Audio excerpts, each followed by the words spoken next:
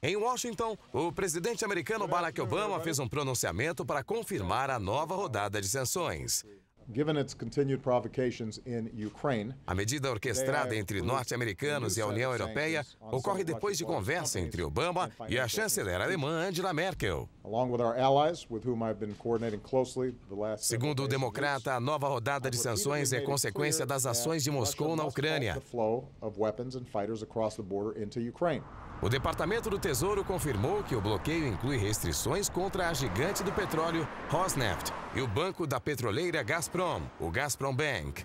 A lista de sanções americanas também possui medidas contra os rebeldes da República Popular de Donetsk e da República Popular de Lugansk, no leste da Ucrânia. Segundo o presidente americano, estas sanções são significativas e pensadas para ter o máximo de impacto na Rússia e o menor efeito possível sobre as companhias americanas.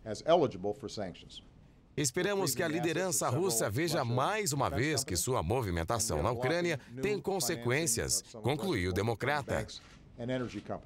Na Bélgica, onde os líderes europeus se reuniram para definir a distribuição de cargos na Comissão Europeia, o responsável por confirmar a aplicação de sanções foi o francês François Hollande.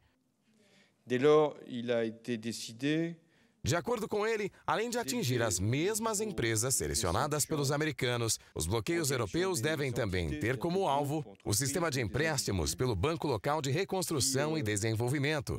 Essa medida pode restringir a retirada de crédito para que os russos financiem projetos de reestruturação.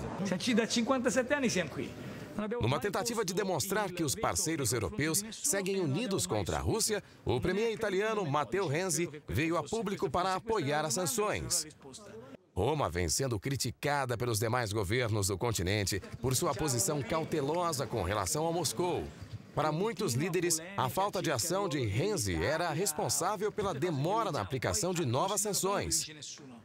Principal dirigente da União Europeia, a chanceler Angela Merkel, afirmou que as medidas entram no âmbito financeiro. É um aprofundamento dos bloqueios que realizamos desde o início da crise na Ucrânia e tem como objetivo reduzir as tensões na região, mostrando a Moscou que a comunidade internacional não aceita intervenções unilaterais contra os ucranianos, afirmou a líder alemã. Em visita ao Brasil para a cúpula dos BRICS, o presidente russo Vladimir Putin não demonstrou surpresa ao ser informado sobre as medidas.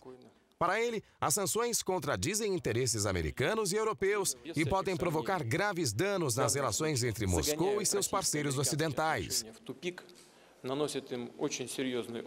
Na capital russa, o premier Dmitry Medvedev foi mais enfático.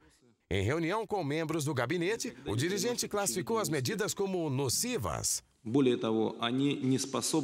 Para Medvedev, as sanções podem provocar mais uma onda nacionalista, levando a população a ter posições negativas sobre a Europa e os Estados Unidos, como ocorreu na década de 1980. Moscou deve responder aos bloqueios com uma nova rodada de sanções contra alvos norte-americanos e empresas europeias que têm negócios na Rússia. A Ucrânia elogiou as medidas ocidentais contra os russos pelo apoio de Moscou aos rebeldes separatistas.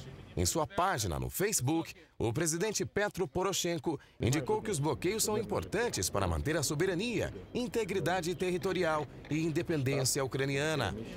As novas sanções são impostas depois de 3 meses de confrontos na Ucrânia que deixaram mais de 600 mortos.